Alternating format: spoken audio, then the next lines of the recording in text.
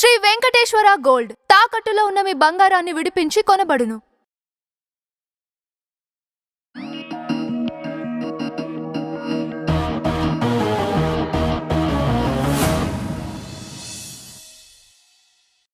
ఈరోజు మనతో నానాజీ పట్నాయక్ గారు ఉన్నారు. నమస్కారం గురుగారు. శ్రీమాత్రే నమః. మకర రాశి వారికి ప్రజెంట్ సిచ్యువేషన్ ఎలా ఉంది గురుగారు? మకరం వారికి కనుక చూసుకున్నట్లయితే ఎల్లాడి శని పోయిందనేటువంటి ఒక ఆనందంలో ఉన్నారు వీళ్ళు. 3వ స్థానంలో ఉన్నాడు శని ఇప్పుడు వీళ్ళకి. సో తృతీయ స్థానం అనేటువంటిది మనం చేసే ప్రయత్నము అని చెప్తూ ఉంటారు. మనం చేసే ఏ ప్రయత్నమైనా సరే సక్సెస్ ఇచ్చేటువంటి స్థానంలో శని భగవానుడు ఉన్నాడు. కాబట్టి వీళ్ళు ధైర్యంగా ఏ ప్రయత్నం చేసినా బాగుంటుందని చెప్పొచ్చు వీళ్ళకి. ఫైనాన్షియల్ సిచ్యువేషన్స్ ఎలా ఉన్నాయండి? ఏదైనా భూమి కోసం లేదా చదువు కోసం కొంతమంది మధ్యవర్తులను నమ్మి వాళ్ళకి ఫలానా దగ్గర సీట్ రావాలని డబ్బులు ఇస్తూ ఉంటారు. అటువంటి విషయాల్లో కాస్త జాగ్రత్తగా ఉండాలి అనేటువంటి చాలా స్పష్టంగా గోచరిస్తుంది. ప్రాపర్టీస్ అండ్ ఎడ్యుకేషన్ పరంగా ఏ విధంగా ఉంది గురుగారు? ఎడ్యుకేషన్ పరంగా కూడా ఏంటంటే 4వ అధిపతి కేతుతో కలుస్తున్నాడు కాబట్టి కొంచెం నీచబడి ఉన్నాడు. ప్రజెంట్ 6వ తేదీ నుంచి కేతుతో వెళ్ళి కలుస్తున్నాడు కాబట్టి ముఖ్యంగా యాన్స్టస్ ప్రాపర్టీ పూర్వీకుల ఆస్తులు వీళ్ళు ఏదైనా భూములు కొనుగోలు చేసే విషయంలో కొంత జాగ్రత్తగా ఉండాలి. అండ్ ఎడ్యుకేషన్ పరంగా కూడా చూసుకున్నట్లయితే కొన్ని రీసెర్చెస్ వాటిల్లో బాగా సక్సెస్ అవుతుంది. ఎందుకంటే అష్టమ స్థానంలో కుజుడు ఉండడం, అష్టమం అనేటువంటిది రీసెర్చ్ స్థానాన్ని చెప్తుంది. అందులో కేతువు సూక్ష్మానికి కారకుడు, అంటే సూక్ష్మంగా ఉండేటువంటి విషయాలను వీళ్ళు కనుగొనడం, ఇట్లాంటివి మెడికల్ రంగాల్లో ఏదైనా కొత్త రీసెర్చ్ చేసి కనిపెట్టడం ఇట్లాంటివి బాగున్నాయి వీరికి. జాబ్ అండ్ ప్రమోషన్ రీత్యా ఏ విధంగా ఉంది గురుగారు? జాబ్స్ అండ్ ప్రమోషన్స్ రీత్యా చూసుకుంటే ఒకటి జాబ్ పరంగా అయితే బాగుంది, కొత్త జాబ్స్ వస్తాయి వీరికి. అందులో ముఖ్యంగా ఫ్యాషన్ రిలేటెడ్, మెకానికల్ అండ్ చూసుకున్నట్లు వెహికల్స్ అంటే ట్రాన్స్పోర్టింగ్ రిలేటెడ్ సంబంధించిన ఇట్లాంటి రంగాల్లో, ఇంజనీరింగ్ రంగాల్లో ఉండేటువంటి వారికి కొత్త ఉద్యోగాలు వస్తాయి. కానీ ప్రమోషన్స్ విషయం మాత్రం అంత పెద్దగా ఎక్స్పెక్ట్ చేయడానికి లేదు. వస్తాయి కానీ కొంచెం ఎక్కువ కష్టపడాలి. ఎందుకంటే ఇక్కడ ప్రమోషన్ స్థానంలో అష్టమంలో కుజకేతులు ఉన్నారు. అట్ ది సేమ్ టైం దశమాధిపతి లాభాధిపతి కుజుడు కేతుతో ఉన్నాడు. కొంచెం ఎక్కువ కష్టపడాలి. బిజినెస్ పరంగా ఏ విధంగా ఉంది గురుగారు? బిజినెస్ పరంగా చూసుకుంటే ఆల్ ఆఫ్ సడన్గా బిజినెస్లు మారుస్తారని చెప్పుకోవాలి. అంటే ఉన్న బిజినెస్ సడన్గా తీసేయాలనుకోవడం, ఈ బిజినెస్ మనకు అనవసరంగా నష్టాలు ఇస్తుంది, ఎందుకు అనవసరంగా దీన్ని పెంచి పోషిస్తున్నాం అనే భావంతో సో ఇవి మార్చుకోవడం అనేటువంటి చూపిస్తుంది. ఆరోగ్య రీత్యా వీరికి ఏ విధంగా ఉంది గురుగారు? ఆరోగ్యపరమైనటువంటి విషయాలు కనుక చూసుకున్నట్లయితే పర్టికులర్గా వీళ్ళకి కొంచెం ఏదైనా హార్ట్ రిలేటెడ్ లేకపోతే ఏదైనా స్ట్రోక్స్ ఉన్నటువంటి వారు కొంత జాగ్రత్తగా ఉండాలి. మకరం వారు అదొకటి చూసుకోవాలి. బట్ ఎప్పుడైతే మీకు పంచమ స్థానంలో ఉన్నాడో, పంచమాధిపతి శుక్రుడు కొంచెం 4లో ఉన్నాడో, ఇది కొంతవరకు మీకు అమ్మవారి ఆరాధన ద్వారానే ఇటువంటి అనారోగ్య సమస్యలను తొలగిపోవడం జరుగుతుంది. అదేవిధంగా ఎటువంటి రెమెడీస్ని ఫాలో అవ్వాల్సి ఉంటుంది? రెమెడియల్ పార్ట్ చూసుకుంటే కనుక ఒకటి ఇక్కడ అష్టమి నాడు అమావాస్య లేదా పౌర్ణమి, చతుర్దశి ఈ సమయాల్లో ప్రత్యేకంగా నవమి, అష్టమి, నవమి, అమావాస్య, పౌర్ణమి, చతుర్దశి ఈ సమయాల్లో ప్రత్యేకంగా అమ్మవారి ఆరాధన చేయడం చాలా మంచి రెమెడీ వీరికి.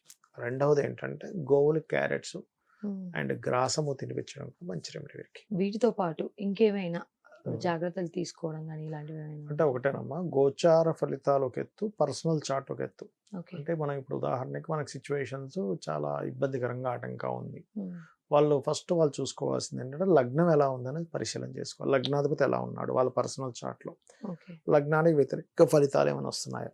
చాలామంది మేము చాలా కష్టపడుతున్నామండి, మాకు ఫైనాన్షియల్గా అంత ఎదుగుదల లేదు, ఏమిటో మాకు అర్థం కావట్లేదు అంటూ ఉంటారు. నేను ఒకటే చెప్తాను, మీరు ఫస్ట్ మీ ధనాధిపతి ఎవరు, మీకు ధనం ఏ రూట్లో వస్తుందో చెక్ చేసుకోండి.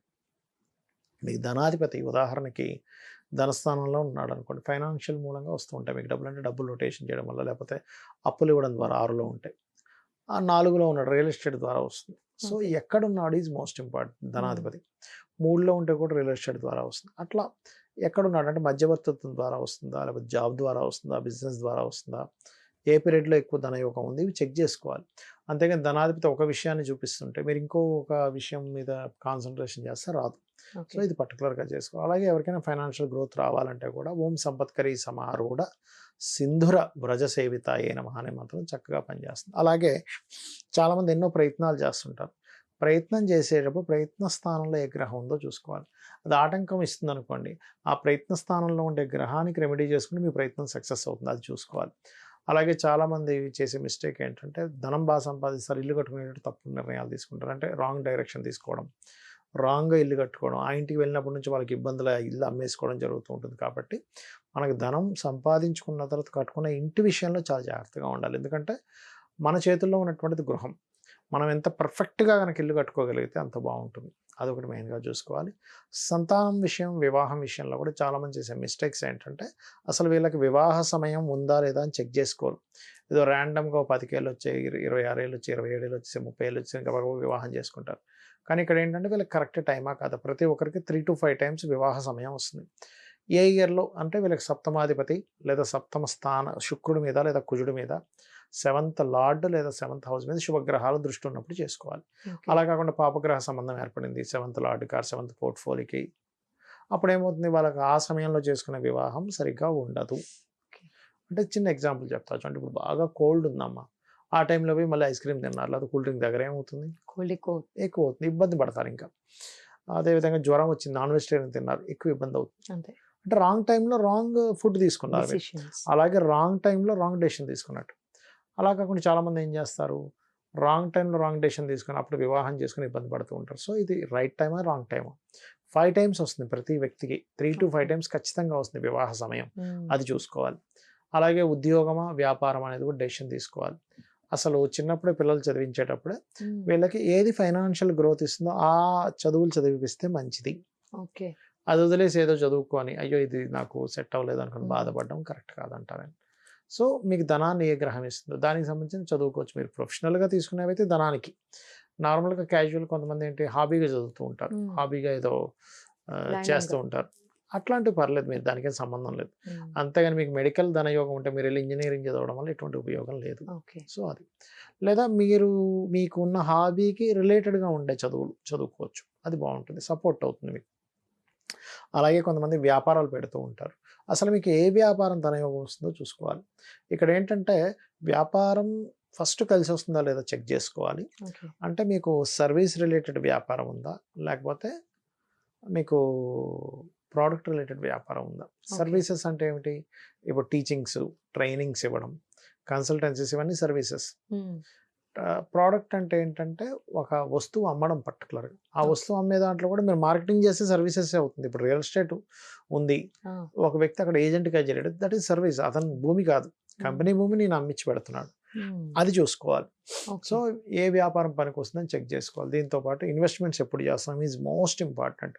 12th లార్డ్ లేదా 12th కారకత్వం ఉన్న గ్రహం మీద పాపగ్రహాలు ఉన్నప్పుడు ఇన్వెస్ట్మెంట్ చేసే ఇన్వెస్ట్మెంట్ మొత్తం బ్లాక్ అవుతుందమ్మా, మీకు రూపాయి వెనక్కి రాదు.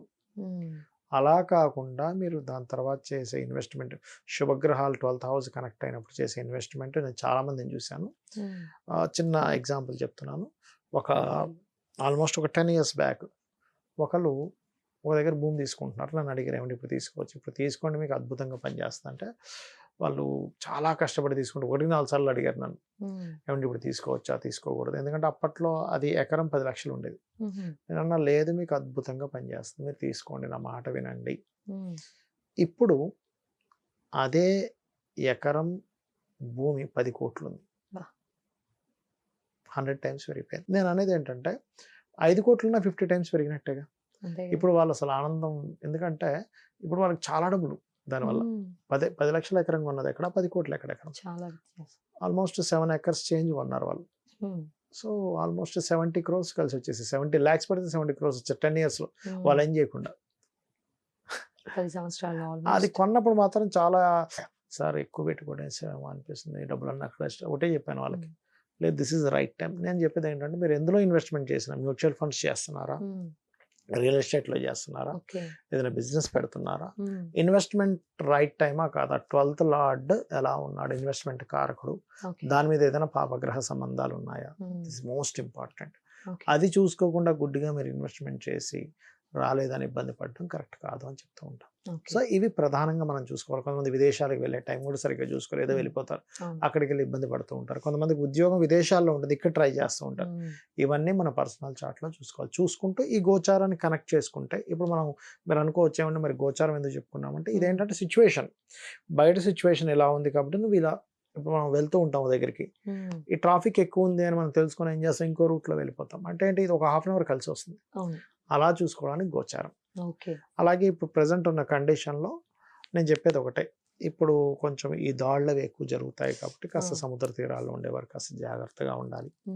ముఖ్యంగా వైజాగ్, ఒరిస్సా, వెస్ట్ బెంగాల్ ఇటు సముద్ర తీరాల్లో ఉండే ప్రాంతాలు. ఓకే. హైదరాబాద్కి కొంచెం ముప్పు తక్కువే ఉంది. కొంచెం స్లీపర్ సెల్స్ వల్ల కాస్త ఇబ్బంది ఉంది. కాస్త రాజకీయ నాయకులకి రాబోయే సంవత్సరం కొంత ఇబ్బంది ఉందని చెప్తుంది.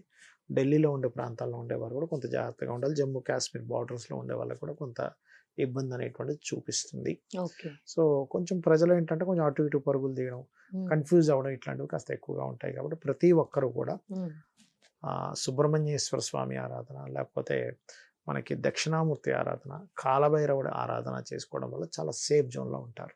థ్యాంక్ యూ గురుగారు. శ్రీమాత్రే నమః.